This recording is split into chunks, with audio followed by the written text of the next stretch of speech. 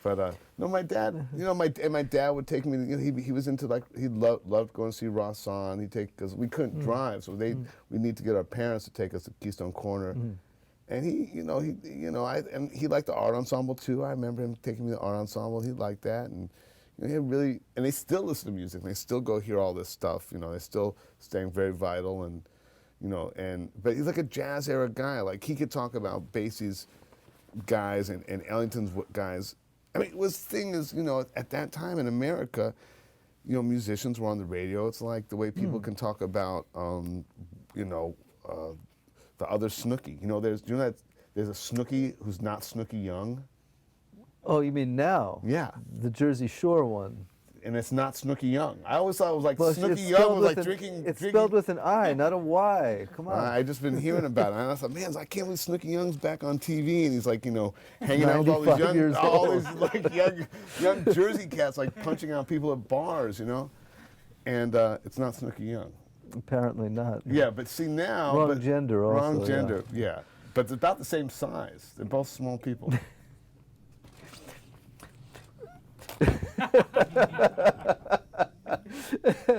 Oh boy.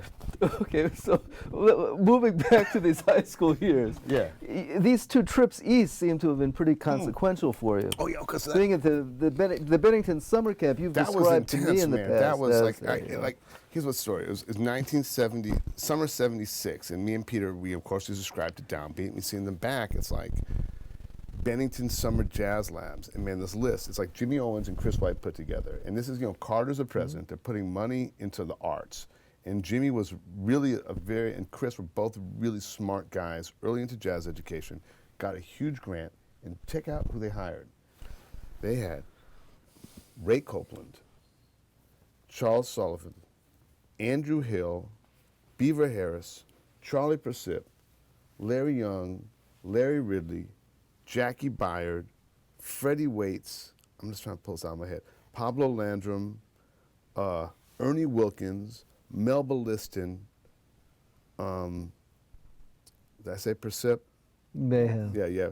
And I mean, it was just, and I was just we were little kids. I'm sure there's a whole lot going on there that we had no idea what was going on, because we didn't really know what else was going on. I'm sure some stuff was going on.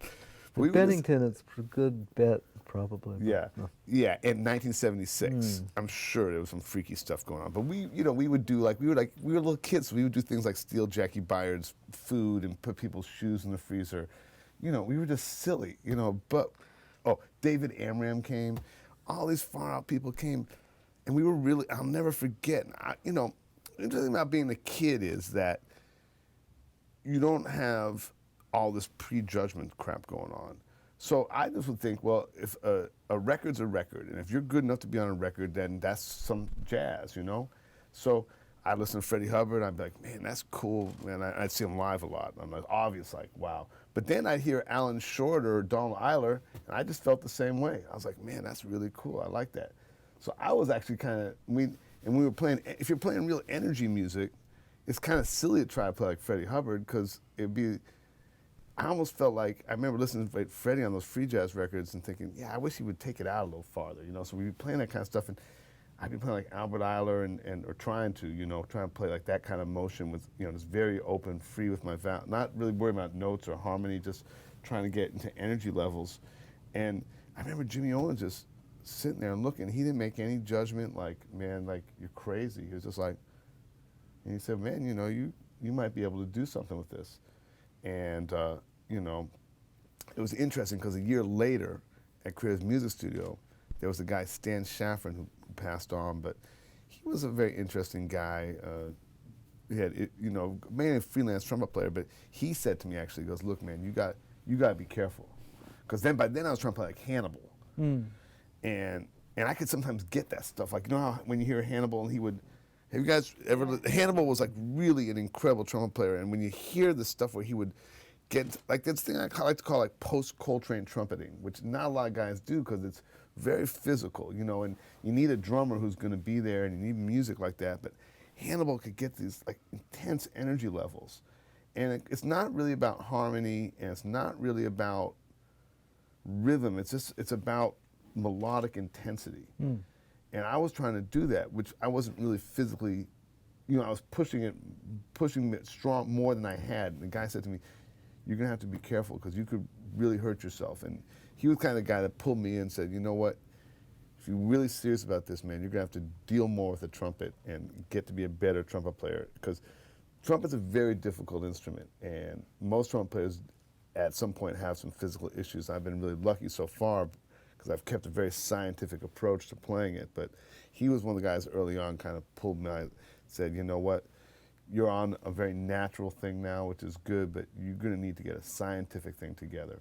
So that was also around that time, and I don't know how we got there. It's talking about how I was playing then and what I was doing in Bennington, and I'd play, Alvin Batiste was there. I would do concerts with Alvin Batiste. I mean, I couldn't really play changes or anything. I basically played everything by feel.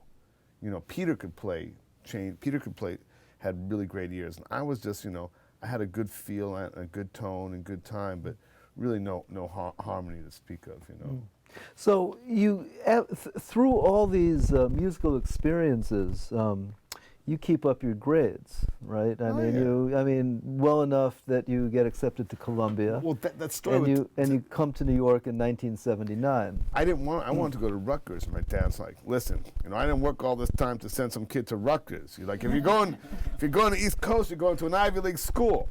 And I said, okay, well, I guess I got to get into Columbia because I wanted to go to New York. So I get to Columbia, but I already know people in New York, so I call that guy Stan Shaffrin.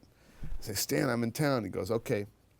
I've been in town like 2 days. He's like, Paul Jeffries is having a rehearsal over on 40, at Collins on 53rd. Collins was 53rd? Yeah. And why don't you go? I can't make it. And in this section was probably Jack Walrath, definitely Laurie Frink and Steve Glue's band, and another young trumpet player like me. Pretty big afro, glasses, little fake, high school, post-high school beard, jeans, running shoes, T-shirt. And, I said, I obviously was the same age, because, we can just look at each other and goes, hey, I'm Steve, hey, I'm Whitney, oh, nice to meet you. And man, they do like moment's notice, and he just takes like this ridiculous solo, like, I still can't play moment's notice like that, And then they do a ballad, and he plays lead on it, and it just sounds like the greatest thing you ever heard in your life. And then they do a blues where they're going to go around the trumpet section. I play my little 2 choruses and my little like homemade stuff. And he plays 2 choruses of 16th note circular breathing. And that was Wynton Marsalis. And that was really like a real like, whoa, okay. Welcome to New York. Welcome to New York moment, Luckily, I remember talking about it. I said, wow, man, you're incredible, man. He goes, yeah, well, thanks. I'm going to Juilliard. I said, well, what's your idea? What's your plan? He goes, I really want to go to Europe and I want to join an orchestra. That's what he wanted to do when he first moved to New York. That's what he wanted to do. He wanted to go to Europe and join an orchestra. And, then they get to keep with Harper Blake. That didn't last long, but, I mean, everyone was already talking about him. Like, he'd been in town a month, like everybody knew. So that was a real interesting kind of like wake-up call, like, wow, there's this whole, there's a funny story to that, an addendum to that, which is, I like to tell, which is like the same trumpet teacher in San Francisco. When I came back, I said, man, there's this trumpet player I met when I got to town, and I said, man, that's the greatest trumpet I ever heard. He looked at me and goes, who have you ever heard? Oh, God. Well, he's right, because you know what? I mean, it's just like one of those things like learn a little humility, man. I never heard Al Killian. I never heard Woody. I never heard Charlie Shavers. I hadn't even heard of those guys at that point, let alone sat next to him, Gazzo. You understand, it's like, the interesting thing about an instrument like the trumpet, the level, the bar was raised so high when guys were on the road all the time. Yeah. And even though technically people are much more adept at the trumpet now, like, Wynton kind of did this like Michael Jordan type of thing where he showed people some stuff that was impossible, and now it became possible. There is a certain thing with sound and power with the trumpet that I don't think anyone will ever, we don't have the opportunity. We're not playing in big bands every day, it's just, we've all had to develop a different kind of technique, but there is a certain way guys were playing back that I think will never be touched again. Well, let's talk about that a little later, because Okay, later sorry. in the conversation, I want to talk to you about Trumpet. broader Yeah, subjects all and right, trumpet. All right. So and anyway, trumpet we're in So, biography. so you're 19. So you were in biography right now, and it's 1979. You're across town from here at Columbia. Yeah. And are you there as a music major, or Well, are there you wasn't there, a music major. Are you I'm there just- with the notion, though? I'm just there to play, so I can be in New York. Like, I'm going down every weekend to the East Village.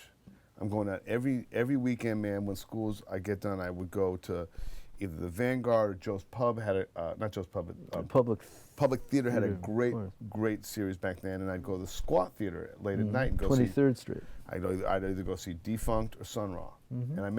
And Defunct was really a defining moment for me, because I actually had heard them when they were still St. Louis Ensemble in the summer before, we had a little tour with me and Peter's small band of New York and Washington and Woodstock, and played some gigs in the East Village, and someone said, "Oh, you got to go down to Bobo's Loft, La Mama," which is not the big La Mama. There's another place called La Mama. Bobo Shaw, and hear this music, and it was Joe Bowie and Kelvin Bell and Melvin Gibbs and Luther Thomas, and these are all the guys from St. Louis, which we never heard those guys. We only heard the Chicago guys. And the way I grew up, I had thought, there was this jazz I loved, and even though they were all different styles, I kind of thought that's one kind of music. Whether it's Louis Armstrong or Don Cherry, I could see it's still guys with horns and basses and drums. And then there was other music I'd kind of gotten into as I got a little older, which I was really getting into, like Parliament Funkadelic and Hendrix and Sly. That music was really speaking to me. I'll never forget, like, the first time I heard Parliament, because the rhythms were more like our rhythms, but there was all this horns and all this harmony and all this contrapuntal stuff going on, and all that music has a lot of counterpoint in it and a lot of real music in it. So I really related to it, but I thought of it as really, you had two different things. And then when I heard Defunct, that was when I heard, oh, it could be one thing. You could have horns and you could have that jazz way of looking at music and still be dealing with the elements from Hendrix and Sly, and that was like kind of the beginning of me creating, going, okay, there's something possible that's not really out there yet, but we could do this. And then, so that summer of '79, September of '79, I'm down there hearing those guys every weekend, and going to see Woody Shaw and Johnny Griffin, and because I remember Griffin had just come to town for the first time, and after being in Europe for a long time, after Dexter, right, when '78, Dexter '79, when Griffin came back. So I was still going to see as much different music as I could. Let's create sort of a musical map of New York in 1979, 1980. It's a very interesting time, because a lot of generations are are still intersecting. Right. A lot of the older musicians are still, playing. Sweet Basil, and you could go hear Kai Winding, or like Sonny Stitt was playing Sweet Basil. Sure,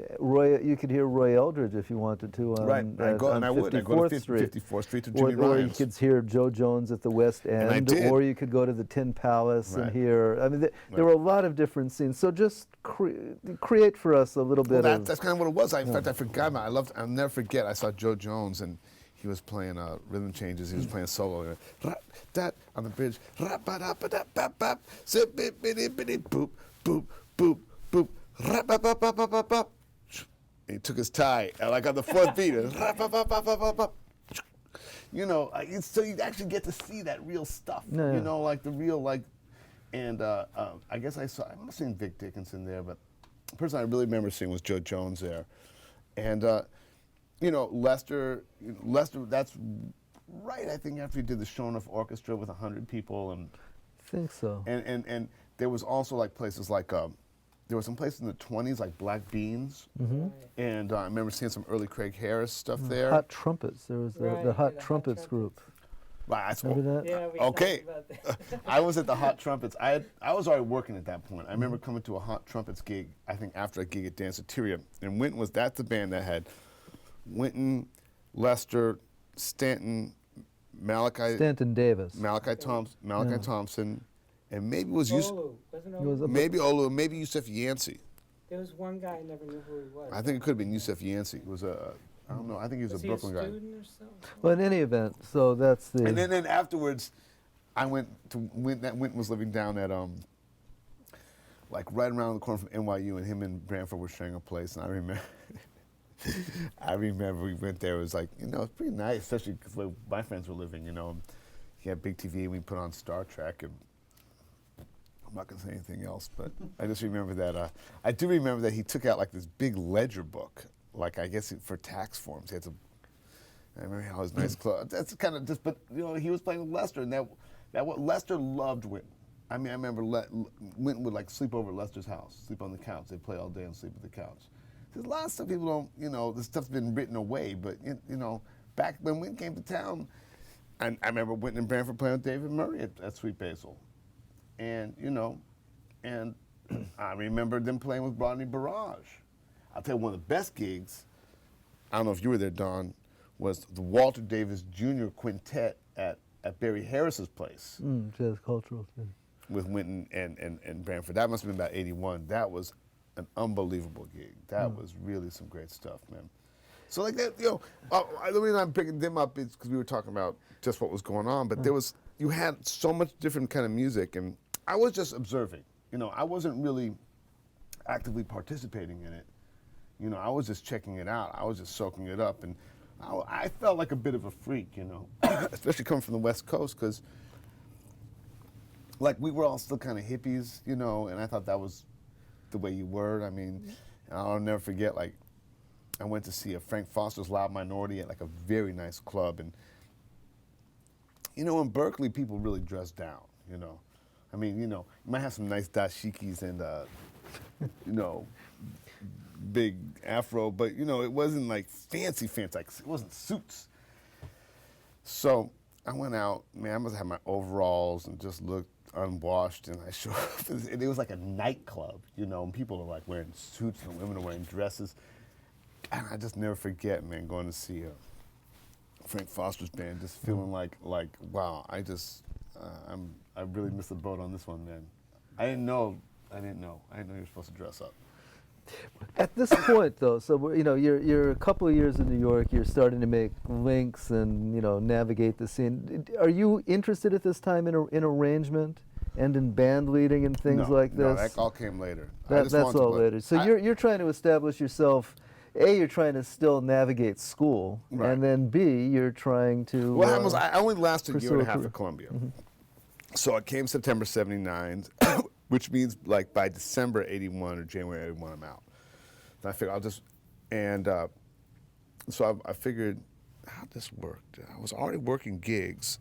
I had some gigs, and you played in Haitian bands. You said Yeah, well, you played here's in the story. Latin bands. You played in all sorts of different wait. things. First, No. so I'm getting mixed up exactly how this all came together, but Just get us there. That's all.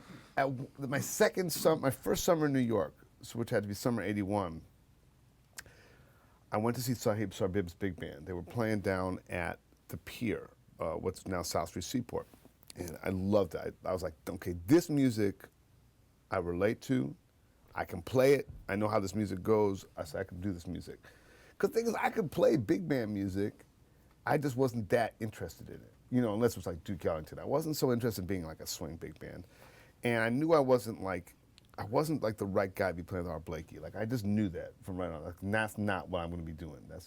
But I heard Sahib's music, and I was like, yeah, man, this I can relate to. And man, it was like, Lee Rozzi was in the band, and Butch and Ahmed Abdullah, and a guy named Booker T, who was a great fire-breathing saxophone player. Mark Whitecage, Mel Ellison. I mean, really, really great. Dave Soulson, Dave Hofstra, a lot of great musicians. And I called Butch up. I said, man, you know what? This music I could play. I really want to play in this band. He said, look, they have a recording date. And he goes, I've just been writing. I haven't been touching my horn, so why don't you just show up? So I just showed up to the date. I'd never met anyone there. And I said, Butch told me to come. And so I met Roy Campbell. I met all those guys. And then, through meeting those guys, that introduced me to the whole East Village scene. Because then, Sulson said, come down to Erin, and the Microscopic Septet was playing, and that's when Zorn was in the Microscopic Septet. And hanging out there is Elliot Sharp, Bobby Previtt, Wayne Horvitz, and suddenly they got a young guy who plays trumpet. And to be honest, I could read better than most of those guys, because I had, even though I was a little, if I was 21, they were probably just 29 or something like that, or 31, but they weren't that much older than me. Seemed a lot older because they had their own apartments. But like a lot of guys from the avant-garde scene weren't that trained. And I was trained, but I really wanted to play that music. Like that music I related to. So it was good for them to have me around, because suddenly they had a trumpet player who could, like, whatever you put in front of me, I could basically play it. And I was into that style of music. So that's how I first, met all what they call now the downtown scene. Back then it was called East Village, And so I met, through Butch Morris, really is how I met all those people, So you're overlapping a lot of scenes, and things kind of progress through the 80s. Just let's compress the 80s into a... because there's a lot going on. Yeah, for but you. nothing got You wind up recorded. going to NYU and you're studying with Jimmy Maxwell. That seems to be one very important Yeah, thing. because I met Maxwell. Maxwell's the one who really got my chops together, and he really took me under his wing.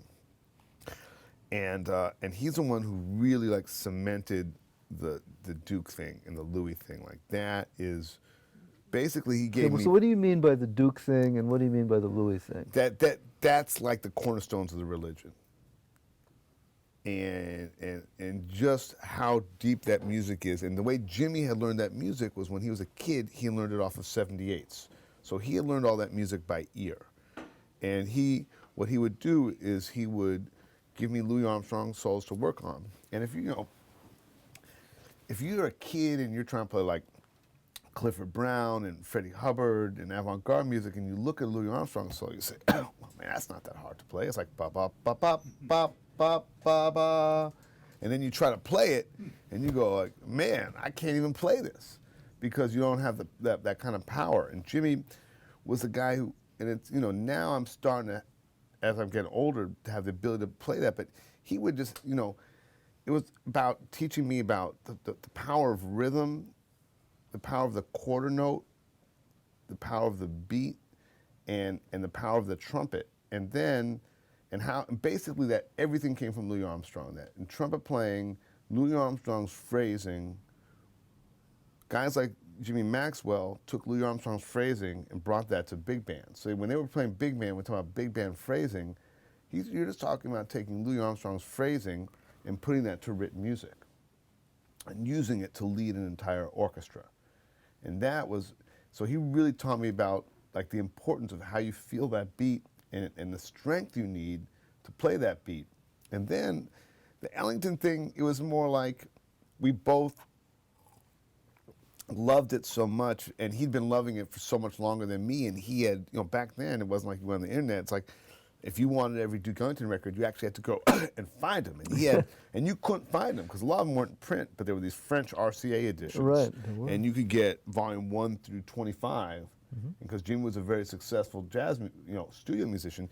He had, volume 1 through 25 of Duke Ellington, and he could probably get the CBS, Do You Love Jazz thing too, probably. And so every week, I have a long lesson, and he'd make me, he'd cook me lunch, he'd cook me dinner, he'd send me home with the leftovers, and he'd make cassettes of like Duke Ellington, because you couldn't get stuff. I was into Rex Stewart, and there were all these songs that weren't in print anymore.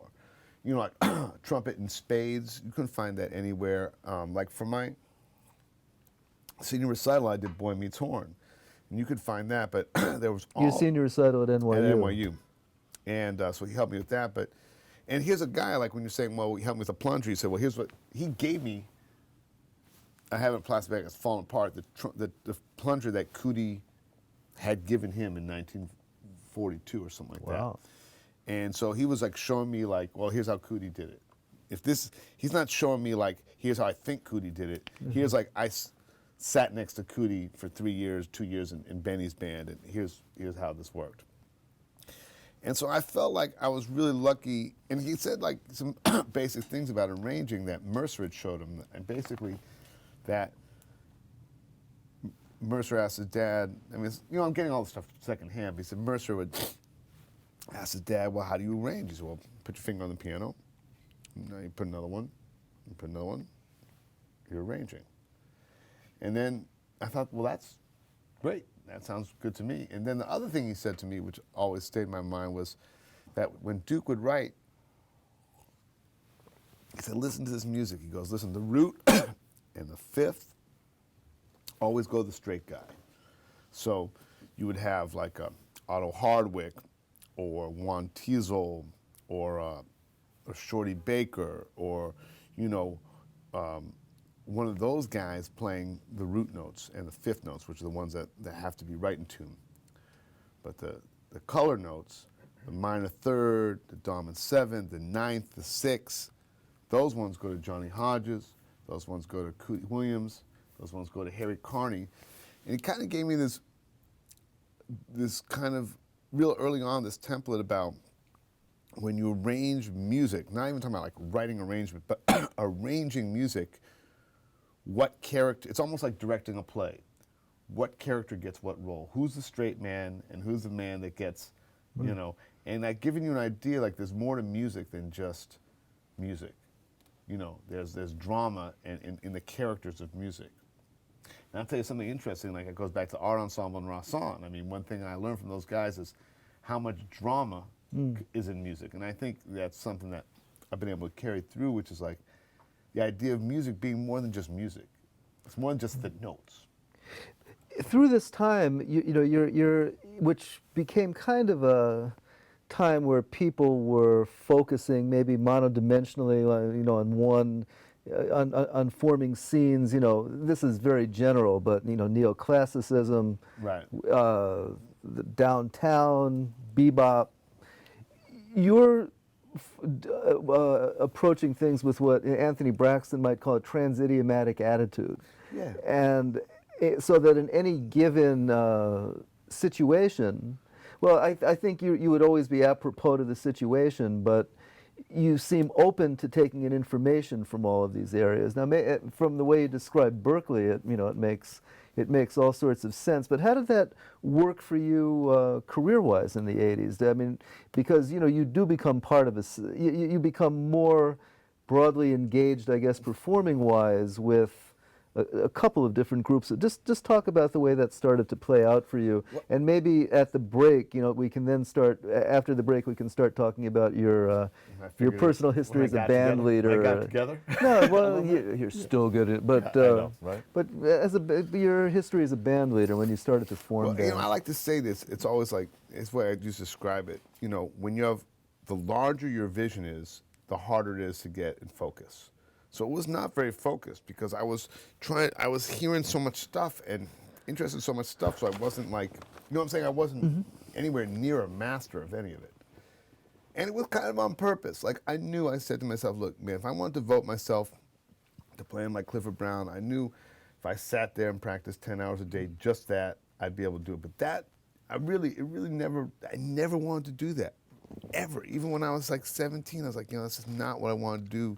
I don't know what it is I want to do, but that's not it. I know that's not it. I know I don't want to play those guys' phrases as much as I want to listen to them and love them. And so here I am. I'm just soaking up everything. I'm doing all kinds of gigs, And I guess the best way to describe it is I had a lot of bands with my friends, and I wasn't writing that much. I was basically playing my friends' music. And then I was being a professional trumpet player, which means on the weekends I play their Haitian bands, Latin bands, Dominican bands, salsa bands, or weddings. I remember when I first started doing weddings in Staten Island, I thought, man, wow, it's cool. Like, play a gig with all English-speaking people. I mean, that was a big plus for me. I felt like I'd gone up a notch in the ladder. But then when I would get done my gig, I would go hang out. So if I was done with a Latin gig, I'd say, drop me off downtown, drop me off in the West Village. I'd go hear some music. And so I was just learning, man. It was my apprenticeship period, I was trying to get to be a good trumpet player, playing a nice big band with Don, and that was like the one big band I played in. And the great thing, remember when Richard Williams was in the band? Richard Williams, I sat next to Richard, and that's a real New York thing. You're just playing like a band that rehearses in Brooklyn for free. and there's Richard Williams right next to you. You know, one of the greatest trumpet players, you know, and, you know, so I did get a little bit of that, and I played, sometimes I subbed in Jackie Byard's band, Apollo Stompers, but basically I was basically playing with my friends, you know, playing their music, and that could range anywhere from funk music, was almost like funk music, or music that was like modern music, but most of it had like some sort of funk rhythm to it, and we were trying to figure out a way to create some new kind of music that was our own music, but it wasn't like, we were trying to keep that edge going. You know, it wasn't like what we call like smooth jazz funk music. I mean, we were purposely not going for that. We wanted to keep that Coltrane, Albert Ayler, whatever you want to call that, edge in our music. I remember my friend of mine had a song called Mingdrix, which I think really kind of was about that spirit. Like, how do you combine Charles Mingus and Jimi Hendrix? I mean, that's kind of like, that's what we were all trying to do. You know, and it was interesting because then eventually, I guess about, my son's 18, so I guess 18 years ago was, no, sorry, before that, right, before my son, about 20 plus years ago, we're getting like close to the beginning of the Knitting Factory scene. Which I think they opened in '87, if I'm not mistaken. Yeah. So like 20 years ago, well, it's very different, actually. A lot of things had developed in that interim. So, I mean, we were like one of the first bands to play at the Knitting Factory. But that band I played at the Knitting Factory, interesting, was pretty This is the Mingdrix? Yes, the band that played the Mingdrix music, but it was like the more straight version of those guys. We had a band, you know, it was Adam Rogers, who's a guitar player, you know who that is, right? And Ben Porowski was playing drums. And the bass player was Bar Phillips' son. Oh, don't be mad if I can't remember your name right now, man. I've seen him so long. I see him every once in a while. Anyone know? Anyway, he's a great bass player. I haven't seen him in years. Pablo Calogero. Do you know Pablo? Played for a long time with Artie O'Farrell and the Lincoln Center Jazz Orchestra. Latin Jazz Orchestra. And he was a native New Yorker. And he moved to LA about 10 years ago. But we did, this band was all, we did all either Mingus, Eric Dolphy, and Monk tunes. But we played at the Knitting Factory because we were that age, because we knew Michael Dorf, and then we wanted a gig, and we were kind of these young guys like to hang out. We had all these girls and these kind of crazy friends would come to our gigs. And that was like the beginning of kind of like this. I had already been playing with the East Village bands, and I knew, you know, like I said, Elliott and all those guys, and I knew some of the straighter big band guys. But we were starting to get like our own scene happening with our own friends. None of us are being recorded, right? Everyone gets like a little, Pablo got on a John Lindbergh date, or I did a little Sahib Sarbib date, you know, and we're making like funk records. We're doing some like sideman dates for like Def Jam and stuff like that. Zorn is documenting himself. Zorn's documenting himself. Yes. Yeah, he's doing it himself. Yeah. No one's putting it out. And Tim Byrne was doing some things by... Right, Tim was, but they were like the guys who really had it together. Yeah. You know, they were like, you know, we were like kind of the space cadets. I mean, Butch didn't even record for all those years, you know. 1985 was his first. You know, so, I mean, now this music is being recorded. Defunct really barely recorded, considering how much music they put out there. So it was an interesting time, but I kind of feel like it was a time of everyone, you know, and then I joined the Lounge Lizards. And so that was like kind of the beginning of like, now I have a real gig, you know, because they toured, and then, you know, so. We have a couple of minutes, and then I think we'll take a break. I think we've been going, what, about 54 minutes or something like that. So joining the Lounge Wizards is a... Oh, actually, you know what, there's something before that. We can't do that. Go ahead. Okay. What happens is... No, you do it, Steve. You're the... Right, we can't go because we left that important part. Now I've already put out to get my... Because what happens, Michael Dorf says to me, man, Stephen, when are you going to do your own gig? Because everyone would use me on trumpet. I was like playing with everyone's bands in the factory. And I said, oh. And I still like... But by now we're in 87, 88, if you're doing that at the Knitting Factory. Right. And I had done this band called the 12-Tone Funk Orchestra. And I remember walking home from a rehearsal and walking up East Rehearsal, like 8th Avenue and right below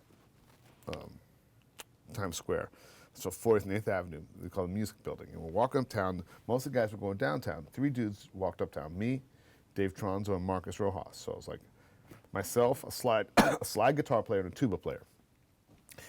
And we're like, we don't really know each other. We kind of all know each other. And we're like, you know, we had this conversation as we're walking up 8th Avenue. And we're like, it's one of those amazing conversations, and suddenly like someone has to, go up the side street to where they live, and we're kind of realizing, like, yo, this is a band. Like, we just got a little band here. So I said, okay, let's make this a band. And like, how are you gonna make a band with trumpet, slide guitar, and tuba? But I said, well, Michael Dorf said, man, I can do a gig. Let's do it. Let's be a band. So we had a couple rehearsals, I guess, and we started this band, Spanish Fly. And I think, to me, like, that was the beginning of some stuff, because that, we would do Ellington. We would play Hendrix. We'd play total things that were just atmosphere. We would play like Ornette. We'd play like a march, and we were playing like a lot of blues and a lot of funk riffs, like rhythm riffs. That, like, see, the thing is, a lot of the avant-garde guys weren't so into the rhythm thing as we were. Like, we loved that music, but we were trying to, like, well, how do you, and it was the beginning of like getting a concept of like, well, how do I do something that comes from all this stuff and it's my own music? And that, I think, was the beginning of like beginning to find an identity. And now people take it for granted that this stuff happens. But at the time, avant-garde guys were not getting up there. They might play a march, but they weren't really playing like a Hendrix tune, and they weren't, you know what I'm saying? And they weren't like just like, I think we were like starting to find a thing. And because Marcus came from classical music and Tronzo had played like a lot of rhythm and blues, we were able to like start to draw some things in that I think was unique of our generation. That were different, like when the way the ASM guys played, or the St. Louis guys played, or the New York Loft guys played. I think we were like starting to create this music that was like, and different than John Zorn and Elliott Sharp and those guys, even though it's only 6 or 8 years, 10 years difference. It's enough of a difference that like we're saying, well, that's not. Let's talk about the nature of that difference as we head into our break. Okay. Yeah, let's talk about.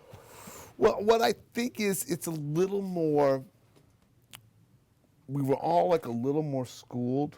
We had a little more roots in traditional music gigging. We were, you know what I'm saying? Like a lot of the guys were, especially like I would say, hadn't done as many like we would all do freelance gigs. So when you do a freelance gig, you're basically required to play in a certain musical parameter, which is very specific. And then when you do that, it really allows you to define your ability to play pitch, to play consistently on certain beats, and it's different beats for different kind of music. Like if you're playing salsa music, that's one way to play a beat. If you're playing a polka, that's another way to play a beat. If you're playing an R&B song, it's another way to play a beat. I always tell people that, I remember when I started doing weddings, and some of the guys I knew who were real free improvisers, they were like, man, I don't know about playing the weddings, man. I said, well, think about it like this. It's almost like the ultimate in free improvisation, because there's a melody and you got to play it, because everyone knows that melody. So it's like, where's your ear? If like you're playing some song like Hot, Hot, Hot, that's in your head now. If the rhythm section's playing it, that's what's in your head, the melody of Hot, Hot, Hot. So you actually got to go like, well, what's that melody? Because everyone in the audience knows it, and I better be able to play that melody, and really helps your ear and your ability to kind of hear something and pull it out and make it happen. And then, of course, because there's these rules, basically, very strict rules. But we were playing this music with our own rules, and our own rules were, I don't know what they were, because we were creating, they were unspoken almost. But we were like creating this music where I think a lot of us had, we had a lot of shared loves. Hendrix, Sly, Ellington, Aretha, and it's also, we're also, I think I think each generation has less boundaries. So to us, it was like not a big deal. Or to do a salsa tune. But when we're doing a salsa tune, we've actually played salsa music. We're not doing it like, I may have just been playing the Bronx on Saturday, and now it's like a Wednesday. So there's a little bit of the Bronx in my salsa.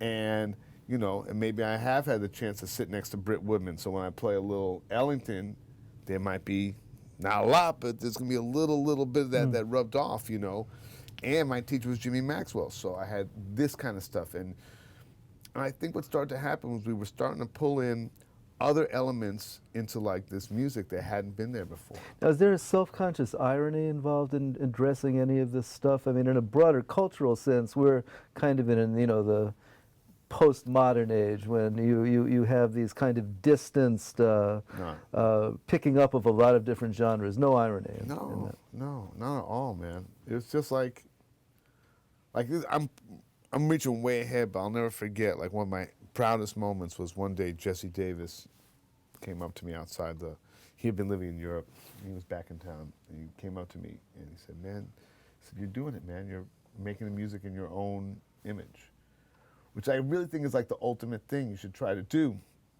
is like find how is this your own music? Like how are you taking this information and making it your own? And that, I think Spanish Fly was the beginning of doing that. Okay. You know, and one of the great things is, let me tell you this, the two things we based our music on were the art ensemble and Stuff. Great thing about the band Stuff, did you ever listen to that band? Never did. One of my favorite bands. It was like Ellington. And it's funny, I told Christopher Parker, he goes, man, you're the only guy who got that. Because there were no solos and everyone was soloing. Like, I'll later get on to like when Stanley Crouch got Stanley Crouch to give it up to Ghost about arranging. He said there's no arrangers. I started talking about the Atlantic rhythms, about Stuff in those guys.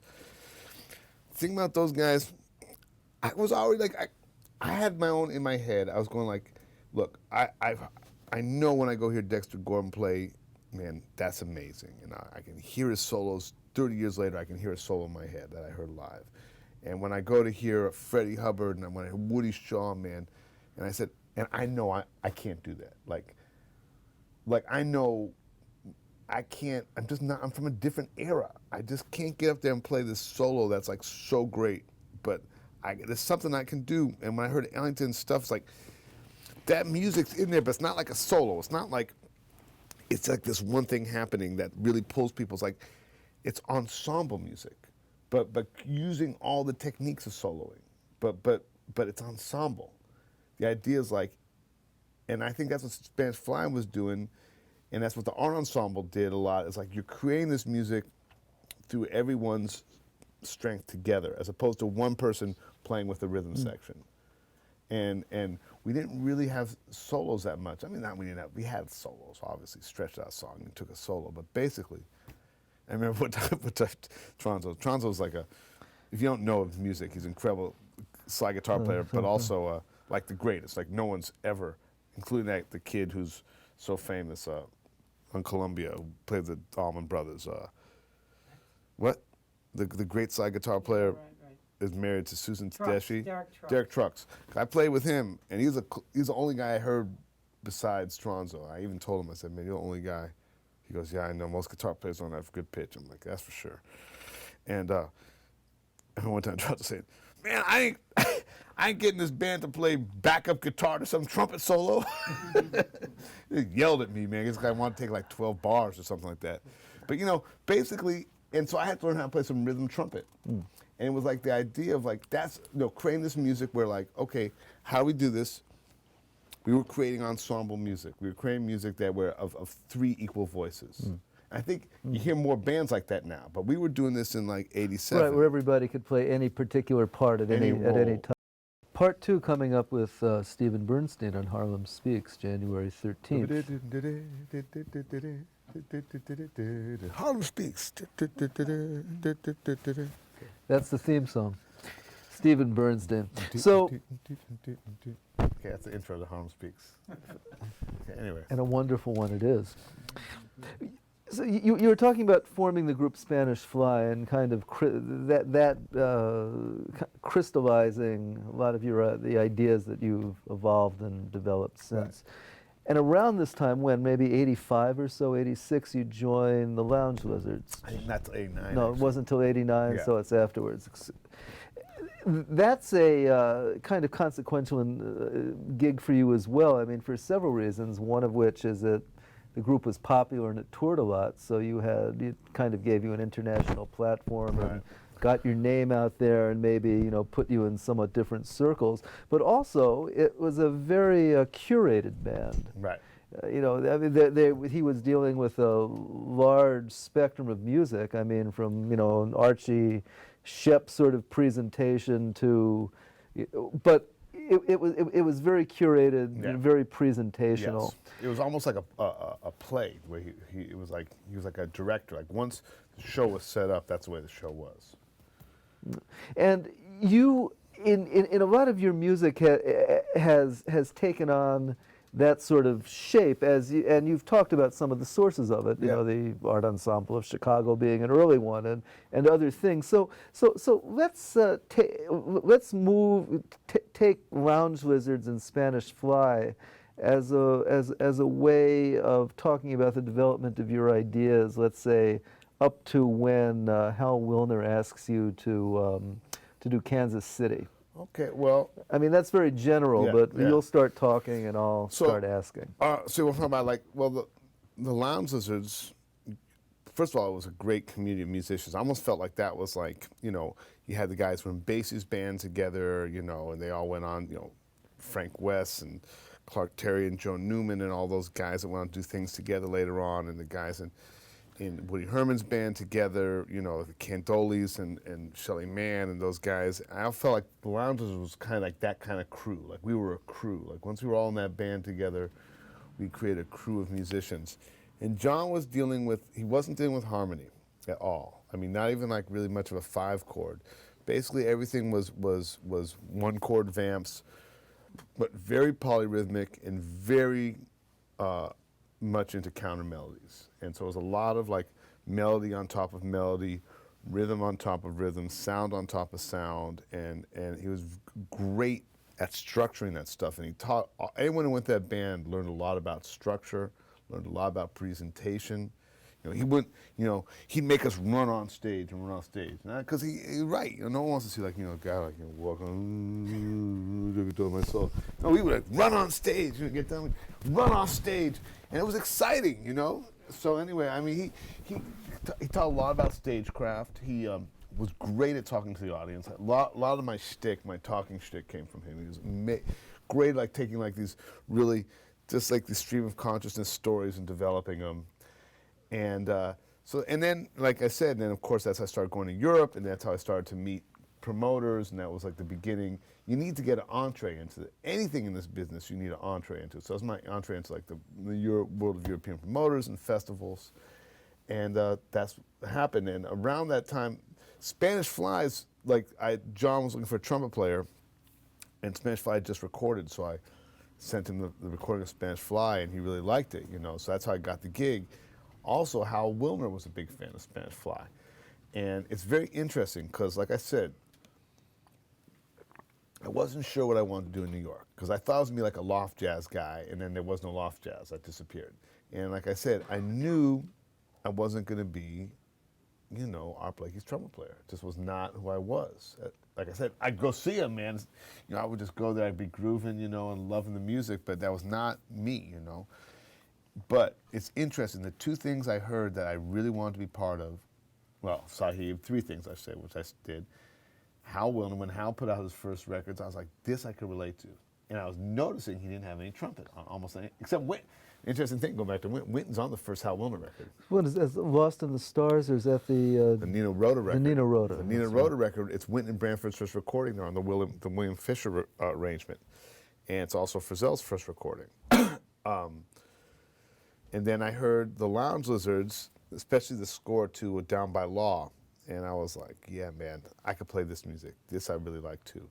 And it's interesting, it's about the same time I started playing with both Hal Wilner and John Lurie, and both of them were really into Spanish Fly. They really liked what I was doing with that, and they realized, okay, here's a trumpet player that's not gonna come and be like, oh, you know, so many trumpet players, if they're only thinking like a regular trumpet player, that they're imposing a mindset that might not belong with all kinds of music. And so I was like, obviously someone that was like trying to play the trumpet, but using a different mindset. And so that way it could fold itself into different kind of musics. Yeah, and so Hal Hal was starting to use me on things, and how, you know, and again, like I didn't know that much about harmony, but I knew I had a good ears. I knew a lot about rhythm and melody, and I was good at stacking melodies up. And Hal says to me, you know, I think we're going to get this Robert Altman movie, Kansas City. I say, great. He says, yeah. I say, he says, person X actually had the job, a very famous person. And he gave me the list, and he goes, this is a list of guys he gave to Robert Altman. It was all like the most obvious people. He goes, and Altman wasn't into it, you know. And Hal said, well, what I'm going to do is, he said, you know about Kansas City music? I said, well, you know, I'm an Ellington guy, but I mean, I know it. I mean, I'm not like the expert on it, but I'll learn. He said, okay, here's what I'm doing. I'm going to pay you. It's going to be a job. And every week I'm going to give you some cassettes to listen to. And so it's, you know, and it was all about Kansas City in this era. So he's giving me Harlan Leonard's band, Andy Kirk's band, Benny Moten's band, you know, all this music from that era. And my job is just to listen to it and just absorb it. So my kid, I guess my second, my daughter had just been born. And so I'm just around the house a lot, and with the two little kids, and I'm just, this music's on like all the time. And I help Hal put the band together. And I'm really proud of the fact, like I got a lot of the guys in there, you know, and I had like, cause I know so many musicians, you know. I got Jesse Davis in there. I remember I had heard Jesse play with Lincoln Center Band in Berkeley. I went to hear him play at Zellerbach, and I said, man, this guy can play it. Wow. So Hal had never heard him. I said, no. And I mean, we both, you know, obviously, you know, James Zoller, Nick, I had heard Nicholas. I don't think he would have gotten to Nicholas. Payton, yeah. He would have gotten to Nicholas, but I said, oh, we got to have Nicholas Payton, Clark Gayton, you know, certain people. And then James Carter was on James the record. was obvious, like, because he was Don like, Byron was on the record. you know, was Jerry you know, Allen was that was having Hal's to marry call. with Williams. Yep, that was Hal's call. The great thing I'll never forget was Josh Redman is there. Josh, and again, Very, those are more a very obvious. interesting event, though, in terms of on a number of levels. And Well, I'll tell you something very interesting about it is now we're talking close to 20 years later. When you go to Europe, every writer goes like, "That was the greatest jazz movie." You know, to the European writers, they feel like if you think about what we did, we had all those people there. That's a real jazz movie. Yeah.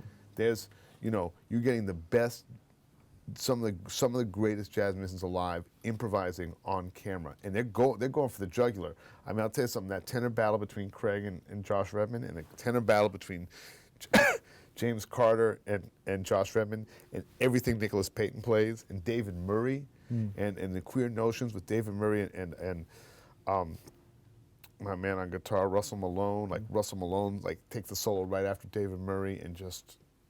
Man, and it's real. I mean, because there's tension. Yeah. See, Hal loves tension. Hal loves tension. Christian McBride was there the first week, who's very mellow, but Ron Carter, who's a very different kind of person, he definitely brought something.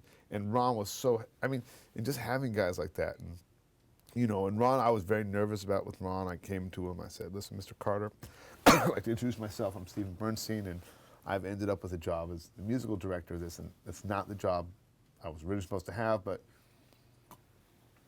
it's just what's happened. This is what the gig is, and here's the story. Every night, I get a list of songs they want to do, and they tell me, here's a script. This guy walks in, this guy walks in, this guy walks in. So write an arrangement that makes sense like that. I said, I'm doing my best, and I got to tell you, that's what it is. You know, it's like very kind of last minute, and I just want to let you know if there's something you're not comfortable with, because you know how Ron is. He's like, you got to respect him. This guy is like, not that everyone there wasn't incredible, but Ron's just, he's Ron Carter, and I felt like I had to. And he just was such a gentleman with me. He said, I understand, thank you very much, you know, and I'll do my best to make this all work. And he was incredible, but, you know, like there was like a lot of stuff between the young guys and the more avant-garde guys, and just like people from different worlds. I mean, everyone was respectful of each other, but you know, guys were really going for it, man. They weren't kidding around. Yeah. And I'll tell you, you know, I'm just the hugest fan of him, but Nick Payton, I mean, one of the reasons that music sounds so great is it's like Nicholas has this thing, it's like Nicholas is the oldest soul that ever lived, And the way he leads that ensemble, because there wasn't, I mean, I wrote stuff, but I didn't write that. There wasn't that much time to write. I'd be like, right in the middle of the night, trying to get this stuff done for the next day. It was really sketched. It was sketches. And it was up to these great improvisers to take these sketches and make something real out of them. And then Nicholas, it's just like, wow, he just plays all the right notes. And, Victor Lewis, and it was, and Fathead. And, the thing is that Fathead's teacher, Fathead was the only older person on there, and we felt it was important because Fathead was the actual connection. Because Fathead's teacher was Buster Harding, who was in the Buster Smith, right? Buster Smith. Thank you. Right, Buster Smith. Who wrote 1 o'clock. Yeah. No, we're jumping at the Woodside. He was one of the original Kansas City guys. Yeah. So having Fathead there was like, the real connection for everything. Yeah. Yeah, and that was kind of like my trial by fire too into that world, like, well, can you hang? Because Hal was like, oh, you can write arrangements, right? I'm like, yeah. He goes, oh, good. Well, we may need you to write some arrangements. Because I was telling Hal we were going down. I said, well, do you have arrangements? Oh, we're not going to need arrangements. I'm like, yeah, you think so? No, man, these guys are great. And we're down in Kansas City. They have a jazz school there with arrangements. They'll be fine. I'm like, oh. If you say so, okay. And so I get down there. And the first day well, let me go to this jazz school. And I look, and it's like, I'm thinking there's going to be like, handwritten arrangements. It's like some jive stock arrangements of and none of the songs that are on our list, So basically I kind of luckily because I've been a professional musician and a sideman for so long, I could speak to these people, these musicians, as a fellow musician and say, look, here's the situation, man. We got to make this gig work. And I need you to support me, and I'm going to support you. I'm going to try, like certain guys would be, listen, if I'm solo on a tune, can I have the changes the night before? Because I don't want to sound bad on camera. Some guys were just like, whatever, I'll be there. But, so certain guys would say, hey, look, man, tomorrow there's going to be a tune with a tenor solo. It's, these are the changes on it, this is the key, boom, boom, boom. Another guy, and we just make it work. And but it was like kind of my way. Hal was like, well, see, I told you were a jazz musician. Because I used to say I'm not a jazz musician. Because there were so many, it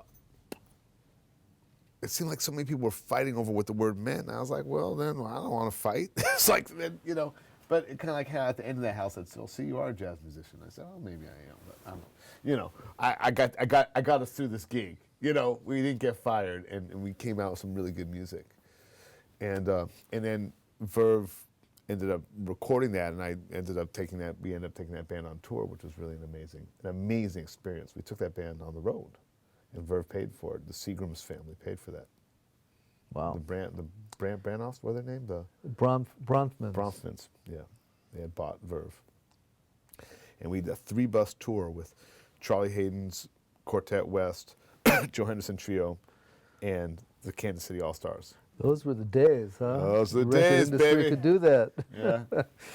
Anyway, then I got to tell one more story about that. Cyrus can't do the Cyrus tour. Chestnut, this? Jerry can't do the tour. I called Benny Green. Benny Green can't do the tour. I even called Jackie Byard, which is kind of embarrassing, but I was like, who could do this? Jackie didn't want to do it. I don't blame him. And I'm just kind of going and there were some other people I asked, and none of the obvious guys could do it. So I call up Hal. I'm like, Hal, man, we got this tour, and I don't have a piano player, man. I'm trying to figure out. He just goes that's the most obvious thing. He goes, well, have you asked Henry Butler yet? I'm like, no, man, I didn't even think about that. And man, Henry Butler, wow, but that was such a Hal thing, he didn't even think about it. Right. Oh, have you called Henry yet? So I was really amazed, man. Henry Butler, Alvin Queen, it was an incredible band. Yeah. Wow. Yeah, it must have really coalesced over time. Yeah. So this is around 1995 now, 96, so. Somewhere in there. So by this time, you've started the group Sex Mob. don't Just think, around I don't think 95. Sex Mom You started. yet. It 'cause started in '95 at the Tap Bar, I Mm-hmm. believe, in the Knitting Factory. trying to remember. I Maybe wrote, no, it had. just for it's because in case anyone's wondering why I know these dates, I wrote a piece on Stephen a number of years ago, right. which I've reviewed, and I've interviewed him a number of times before. So, Right. lest anyone think I've been stalking Right. him on all of these dates. But in any event, Right you know, around that time. Sex Mob starts, and you change your instrument. Well, you're no, I don't, starting no, to play. I don't change my instrument. I don't mean I add an instrument. Don't be so sensitive. You start adding to your arsenal the slide trumpet. Which I'd played in Spanish Fly. And I noticed with Spanish Fly, whenever I play the slide trumpet, man, the audience would like kind of, I'd feel them coming in like, wow, man, this instrument is speaking to them more than the regular trumpet. So then I had an idea. I said, what if I put together a band where I only play the slide trumpet? And I said, what if I put together a band? Would you describe the dynamics of the slide trumpet? I mean, it's a very difficult instrument. Yes, but no one played it. It's like a trumpet, but instead of having the valves, there's a slide on it. And it's been around, so it looks like a little trombone. And it's been around since basically as long as the valve trumpet. And you see there's a picture of Louis Armstrong with one with King Oliver's band. There is a written record about Louis Armstrong and King Oliver both playing them in Chicago. There's a picture of Freddie Keppard with one from the early 20s. And from what I talked to Doc Cheatham and those guys, was they were used, I said, well, did anyone like really play it? Doc told me that they were really used as novelties. So someone would stand up and play a chorus in the blues or something. It was kind of like a vaudeville instrument almost, which is why, because I kept going, well, if there's all these old slide trumpets, you find them at music stores, antique shops. It's all these photos of them. Why are there no recordings? Because I would go through. There is, I don't know if you noticed, but there is 2 Louis Armstrong slide whistle solos on King Oliver Records. Wow, no, I didn't know I that. transcribed and I'm selling the transcription. I should sell the transcriptions online, but yeah, I haven't transcribed them. But he never recorded on the slide trumpet, the 2 slide whistle solos. So I said, well, now I'm going to get a band slide trumpet, but I'm going to get a band where it's going to be about soloing, as opposed to Spanish Fly. I want to do a band where, like, we play ahead and we take some solos. But I'm going to play an instrument that no one plays yet. So I'm going to, like, break it up that way. And that was the big idea of Sex Mob. And then I hired this great young guys. Who's still in the band 15 years now, Briggy Krause on alto, who I'd met up in Seattle. And he just freaked me out. He was like, yet another level of avant-garde musician where like he's thinking about all the sonic stuff that Pharaoh and Albert Eiler and those guys were dealing with, but almost dealing it with like as pure noise, as scientific noise, as like vibrations, like dealing with them as actual, like a way a synthesizer, old-time synthesizers do, but dealing with a horn like that, like how do you get these sounds and get a scientific way to approach them. So he was doing that. Kenny Wallison on drums, who was from basically like 5 towns over from my town. And Tony Shearer was a great acoustic bass player I'd met, who's a working guy, you know. He was like doing, he had done Woody Herman's band, and he was in John Faddis's band, and played with like Al Gray and all those guys. You know, he was playing gigs. He was like Dakota State, and so he was like a real working cat, New York Voices.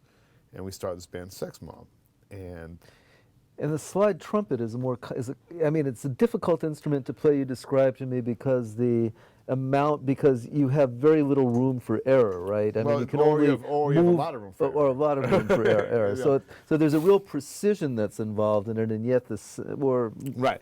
Well, it's really, with a trumpet you push down a button and maybe you have a good chance of getting the note. With a slide trumpet, man, you got your slide out there and you're hoping something's going to happen. There's all these crazy harmonics that can happen, and the tuning's really weird, and like a little bit you're way off, and it's hard to even like find where the note is because you're just dealing with like a tube. You're just blowing right through a tube. With a trumpet, it's just like push down a valve. It's just scientifically, it's a more obtuse instrument. Okay. Scientifically, it's a little harder to get it going. Let's hold the Sex Mob thought. You made some comments a few years ago about vibrato. Right. And the way Louis Armstrong kept time with vibrato. Well, right. Yeah. And maybe, I don't know why I'm thinking, but maybe this would be a nice time to hear that. Well, you know, it's interesting because I guess right around that same time I started Sex Mob, and in Kansas City was when I started playing David Berger. No. And at that time he was doing Ellington's music, and in the band was Jerome Richardson, Jerry Dodgen, the guy who plays baritone with Lincoln Center now, Joe Temperley. I think Frank West may have been on the first gig, Britt Woodman, Art Barron, Vince Prudente, who had been with Ellington. Jimmy Owens was sometimes in the trumpet section, sometimes Kamau Adilifu, sometimes Tom Harrell, sometimes Virgil Jones. Roland Hanna was playing piano at first. Akira Tana, then Jimmy Madison, Dennis Irwin. So a really great band playing Ellington's music, and I was playing Cootie's book. And Jimmy Maxwell had taught me how to play what they called timed vibrato, which was pretty problematic because he would sit there, we'd be playing these songs, and Metro would be like this, and he'd be like, "What's up with your vibrato?" I said, "Well, I thought I'm doing the vibrato right." He goes, "No. Ba la la ha ha ha ha ha, or ha ha ha ha ha ha ha ha ha." He said, "What?" He said, "Well, your vibrato is in time, and no one plays like this anymore." But what that did was, in a dance band, if you're holding the note, you're keeping the time of the song going, so dancers know where the song is. And if you listen to famous The Godfather theme, when you hear Jimmy Maxwell play that on the movie The Godfather, you can hear this time vibrato. Now, by that time I was staying with Jimmy, everyone thought, oh, he's an old man, that's kind of corny way of playing. And I remember going on a gig, and an older trumpet player, not as old Jimmy, but older than me, going, "What are you doing?" And I said, "Well, I'm playing the way my teacher played with me. Told me to play." He goes, "No." Guys, because really for a lot of, it wasn't a style people played anymore. But I loved it, and I practiced it. And eventually it became part of what I did, which I think gives me a kind of unique sound on the trumpet. Because vibrato is a very big part of my sound. And then with a slide trumpet, mixing the vibrato and the slide, it becomes even more pronounced. And I remember one time someone goes, "Hey man, have you heard Drum Is a Woman by Duke Ellington?" I said, "No, that's one of the ones I don't have." They said, "Check out the Buddy Bolden song, and you check out what Clark Terry plays. It sounds like a slide trumpet." And because Duke Ellington asked Clark Terry to sound like Buddy Bolden, of course no one knows what Buddy Bolden sounded like. And when he asked him, "Well, I don't know what he sounds like," he says, "Well, of course you do, Clark. That's why I asked you." And so he plays this thing. It's very interesting. It actually sounds like a slide trumpet. So kind of like with this like mixture of starting the slide trumpet and playing this time vibrato and playing all this Cootie stuff and this Rex stuff, I'm starting to develop an older language of the trumpet that hasn't so much been in use that much. Now people are doing it because they're more interested in Duke Ellington's music now. But certainly in the 70s and the 80s, people were not playing like that. So that's vibrato.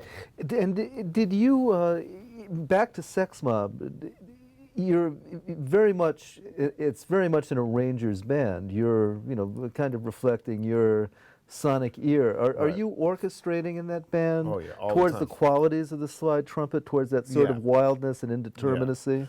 Yeah, I mean, one of the things I always tell people is, well, how do you pick, because Sex Mob eventually got being known for playing covers of famous songs. Not covers. Sex Mob eventually got known for doing other people's material, much like Lester Young did, and Miles Davis, and Louis Armstrong, and Charlie Parker, and so many musicians, Jack Teagarden. Most musicians were not composers. Right. I mean, you had your Thelonious Monk, you had your Horace Silver, Charles Mingus, but most musicians played other people's compositions. People say, well, how do you pick a composition? I said, well, it has to withstand the slide trumpet. Like the melody has to be so strong that no matter what I do with the slide trumpet, people still know what it is. And so that kind of, like there's certain songs that just like, it wouldn't work with the slide trumpet. You had to have songs that had a very, very strong melody. And that's kind of, I ends up with this repertoire of songs with very strong melodies.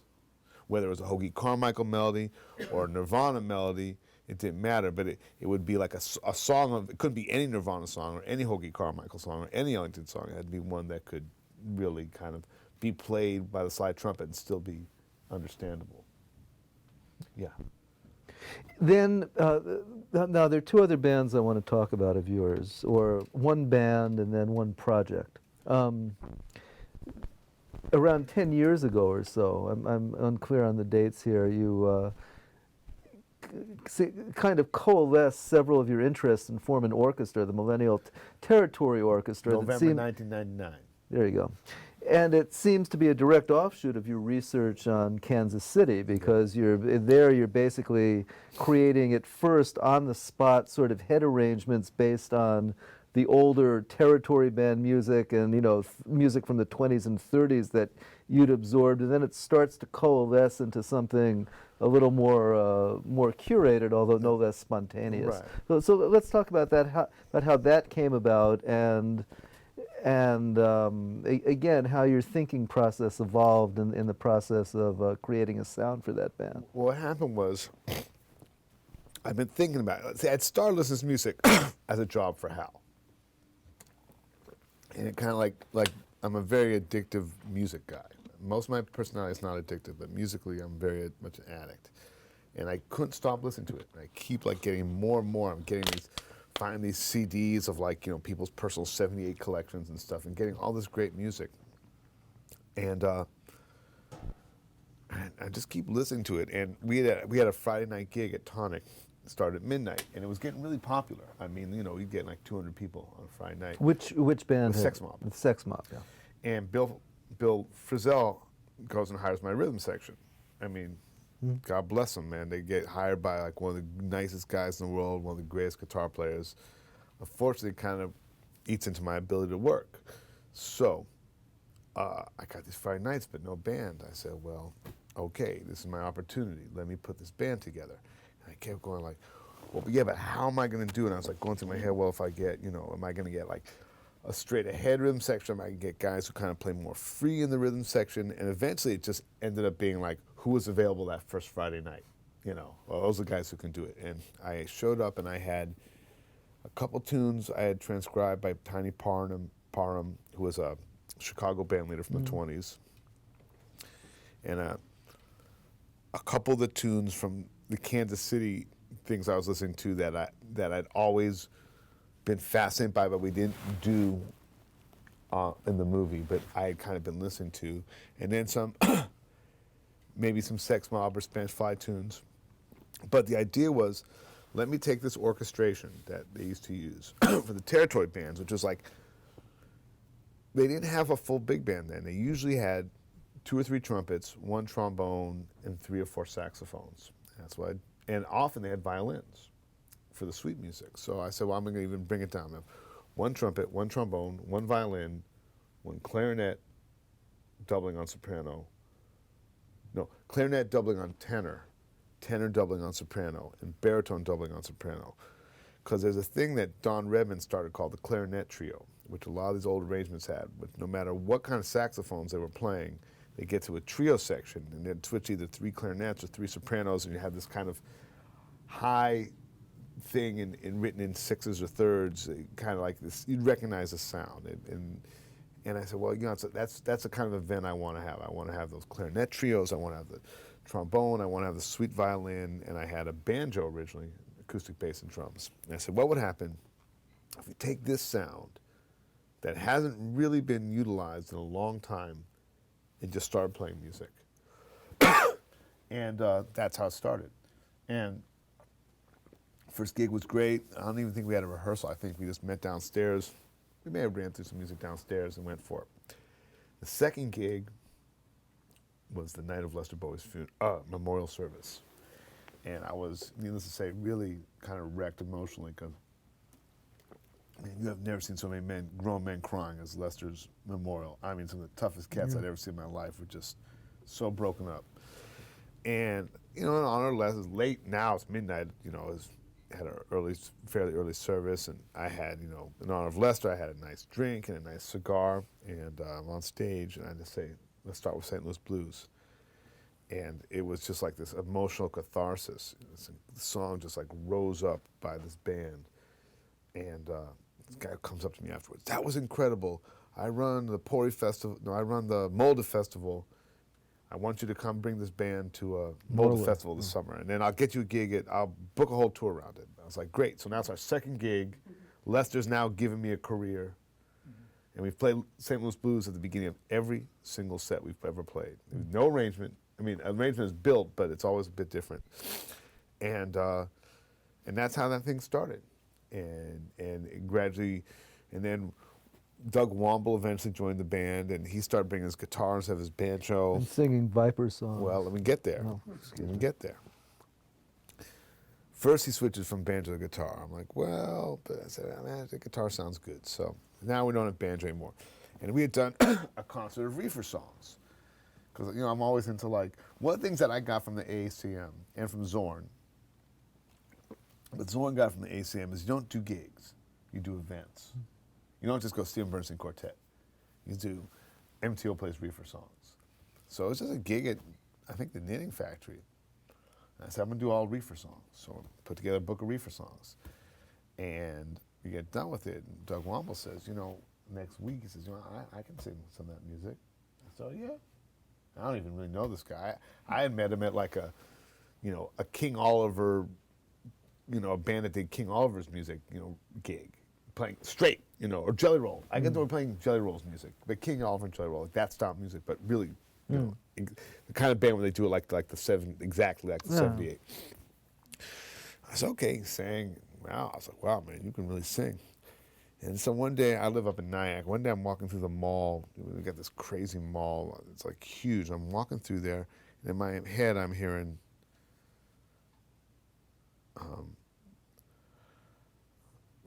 bip, bip, bip, bip, bip, boo, do, do, do, da, do, did, did, bip, bip, boom, do, do, do, do, do, do.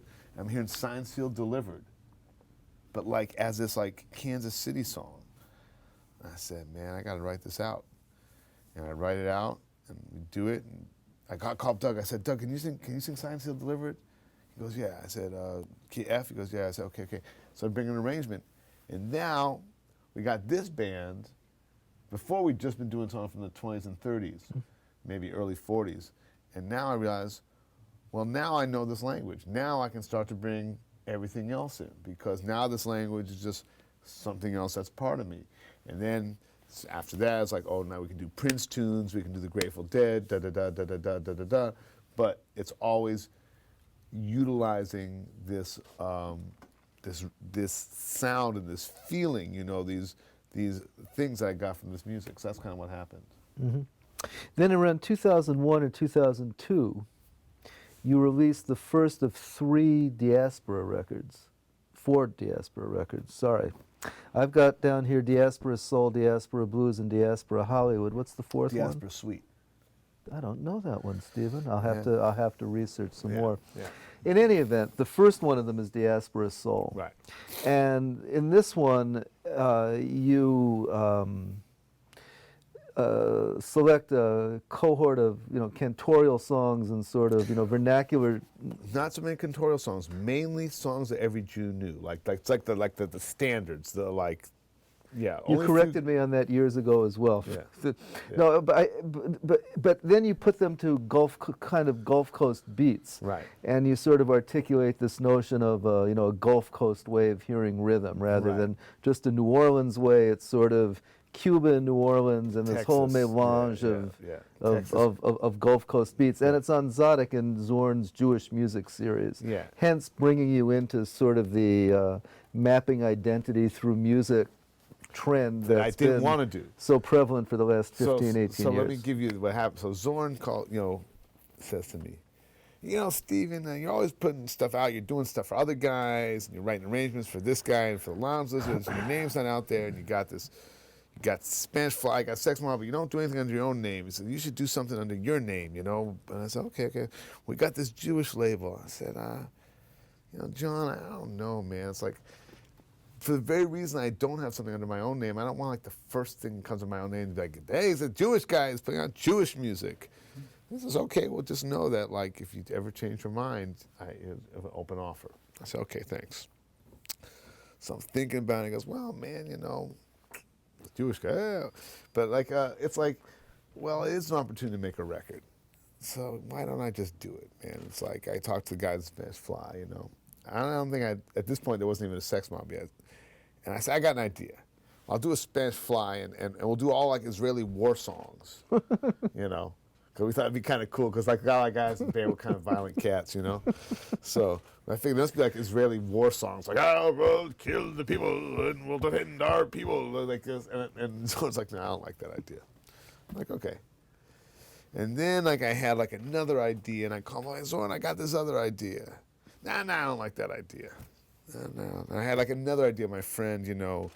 I said, I have this kind of some like improvisation stuff, and I have my friend who's like a rock singer sing some like biblical texts and some like, and so I was like, it sounds like music concrete. No, I don't want that. I don't like that idea.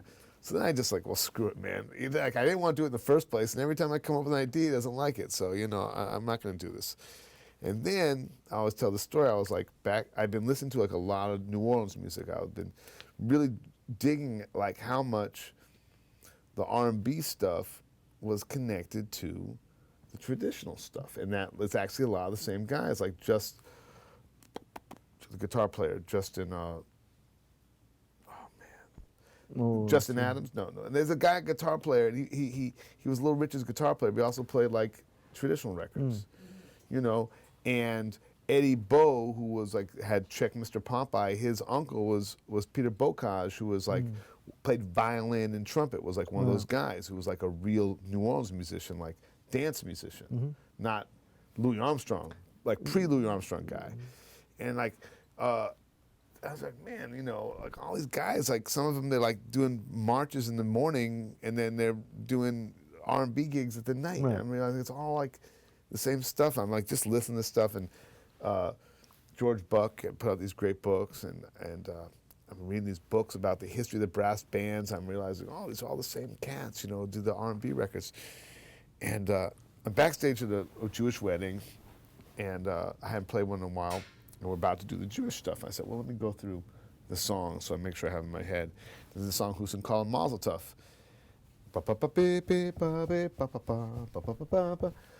Like that's how it goes. But I didn't listen to all this New Orleans music, so I had this song. Oh, I'm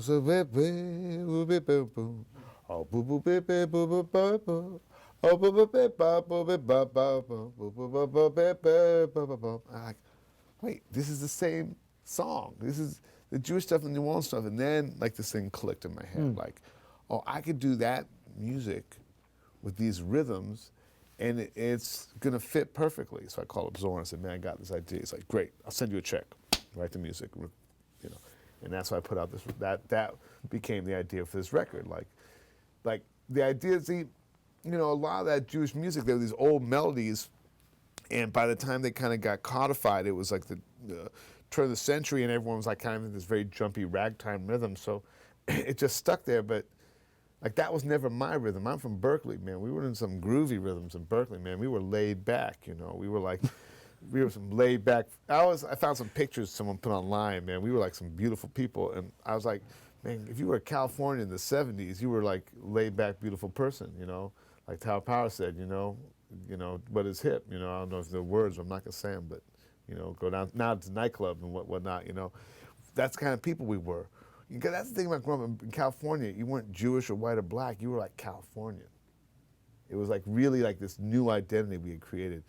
So we had this rhythm we liked, and I felt it was a very like cultural rhythm, very laid back, a little bit of, you know, you had the Afro drums, you had groove music, you had jazz, you had Latin music, you had, you know, and I found, and so I really related to the New Orleans rhythm, and then now I found a way to do the Jewish music in my rhythm. Because that other rhythm wasn't my rhythm, so I couldn't really do it. Anyway, that was the beginning of yet another epiphany. And you've done 4 sort of roughly along the diasporic theme. Right.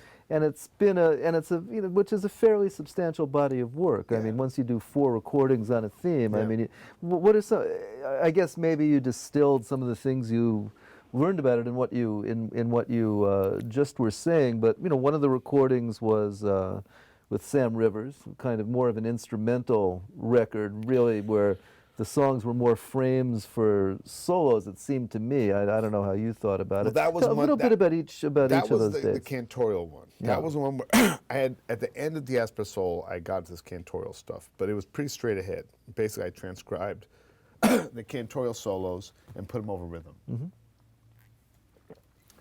I said, man, what if I keep going on with this? What if I take this idea of this cantorial music, but don't just play it through? What if I use that as vehicles for improvisation?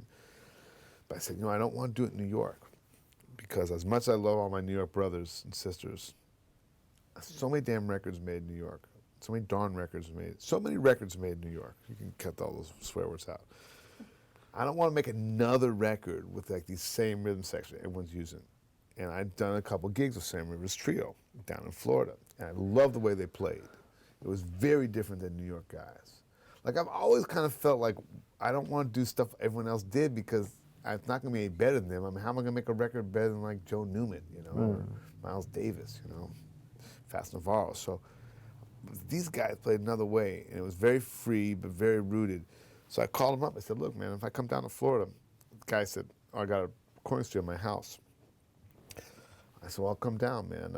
And I called up Sam. That's the bass player who has this Doug. studio.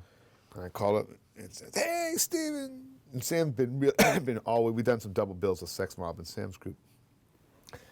We were just talking about you. You're coming down, right? I said, yeah, I'm coming down, Sam, and making a record with the guys. And, I don't have a huge budget. I have X amount of money, and I wonder if you'd come and play on a song or two, whatever you're comfortable with. He goes, well, I want to come make the record. I was like, well, Sam, thank you so much. He goes, yeah, just make sure I got the dates, I'll be there. And Sam, total, one of the greatest professional musicians ever. I mean, you give him a chart, man, takes one look, boom, not a mistake, It's all written in, I mean, he's just like such a fine musician. I mean, as well as one of the greatest free improvisers, if not really the guy who took the idea of free improvisation to the highest level, because he would do a thing in the old days where he'd do a half hour on tenor, half hour on flute. He once bragged to me, he said, Stephen, he goes, at one point I had a band that 10 years, and we were a working band, and we worked all the time, everyone made their living, and we had no music. And he was proud of the fact that he would get up there and improvise, and had a working band, improvising band. And he's playing this music so great. I remember turning to him and I said, Sam, the way you play this music is so incredible, and your improvisations are so true to, and he goes, well, Stephen, he goes, it's prayer music. And I also realized like how transcendental this prayer music is, because it might be a Jewish prayer, but still a prayer, And the idea I was kind of going from was, I had heard that Coltrane listened to Moshe Kusevitsky. I was never able to find any, I talked to people, no one ever said for sure, oh, I went to Coltrane's house and he had the record, but it would have made sense, because Coltrane was looking for music to listen to from other cultures, and Kusevitsky was a big star. And though Eric Lawrence told me that he saw his dad had Kusevitsky records. So definitely guys were using it as 4 minutes. 4 minutes. Oh, no, really? Yeah, really. Okay, so anyway, boom. Then I did Diaspora Hollywood, which was, I just kind of whatever was my kind of thing. Diaspora Hollywood, I was being really influenced by Shorty Rogers and Jimmy Jufrey and those guys. And I was like, wow, what if I took Jewish music and I kind of put it through the lens of these great West Coast writers, and I kind of realized, what, Shorty Rogers, I always thought he was Italian, but he's Jewish, and Shelley Mann was Jewish. And so I figured, well, here's these guys, and that was kind of a very noir kind of LA kind of sound. And then the last one was really diaspora, the idea of returning. I returned to Berkeley, recorded in Oakland, mainly with guys I grew up with. And I had done so many records with like very heavy arrangements. I said, I'm gonna come in here with minimal arrangements, just one sheet of paper for each song. And these are guys I grew up with. We're in Berkeley, a beautiful day, and we made the whole record in like 5 or 6 hours. And it's really the sound of Berkeley to me. It's, 4 horns, 2 drums, one guy's playing congos part-times, electric bass, 2 guitars, very groove, very psychedelic, very it's like the diaspora, the return of the Jewish music to the Bay Area. But it's interesting. So even though you were resisting doing the Jewish music thing, it actually took you to a very interesting place over this past 6 or 7 years, and the way you're describing it. Well, I'm sorry, we only have a couple more minutes, and I'll take some responsibility for, and I'm sure Stephen will put all the responsibility on me, but that's okay. I have big shoulders, I can take it. Yeah, I digressed a lot, yeah. I guess, just to sum up, things we haven't talked about. Stephen got, Stephen Bernstein has been a fairly constant presence in the New York studios and in certain streams of, I don't want to call it pop music, but pop music, man. Pop, Lou Reed, and the various people Marion for whom Faithful, Levon Helm. Levon Helm. I've been in Levon's still. band for 6 years. Yeah. So we haven't talked about that. And I apologize because I digressed, and so You Steve, were I feel very digressing. guilty. I feel very, very guilty. I will say quickly that I wrote an arrangement for Marion Faithful of Solitude, and it was based on the original arrangement I wrote in Kansas City. And it's one of the best things, my favorite things I ever wrote. I wrote for 4 clarinets, and I had, talking about bringing out stuff around together, I had Marty Ehrlich and J.D. Piran, who grew up together in St. Louis, and then Doug Wieselman on high E-flat clarinet and Ken Popowski on B-flat clarinet. So I had bass clarinet, alto clarinet, B-flat clarinet, and E-flat clarinet, and I wrote this, to me, like my favorite thing I ever wrote. And Mary Ann recorded it live. She walked in the studio, heard us doing a run through of it. She said, I can sing this. And she walked in the studio, and we cut the whole thing live and won the, anyway. Anyway, all these things have happened, and people who see this or listen to it, I'm sure, can find the information where necessary. Then you made a comment, and it's an interesting comment, that there's also studio work, and you made a lot of the people who went to hear you in New York when they were in their early 20s and the 80s and the 90s are now working, as you said, for advertising agencies. And all it takes is a couple of those calls a year, and it kind of provides a base for a lot of your other work. Well, it did at that time. It's funny, like, because now I haven't been playing in New York, I've lost contact with those people. But you haven't been playing in New York. Right. But I did, like, MTO, I had a whole series of Amstel Light commercials I wrote. Yeah. All on my, not the way people write now with computers, but, like, just cut live with a band. And there's, there are things like that keep happening, And it seems like there's always some sort of studio work. I was just with Chip Taylor on Monday, who wrote Wild Thing and Angel, something that's my angel in the morning. Oh, yeah. And he's the brother of John Voight and the uncle of Angelina Jolie. Yeah. Wow. Yeah. Don't wash that hand. All right, so in any event, I think we're out of time now, aren't we? So we have to stop, and I apologize for not allowing Stephen to talk too much about the recent years, but he's certainly said, given us a lot to chew on about the 35, 40 years that preceded that, and given us a very good context. So thanks so much, Stephen Bernstein. Thank you, Dave Panken. Woo, woo, woo.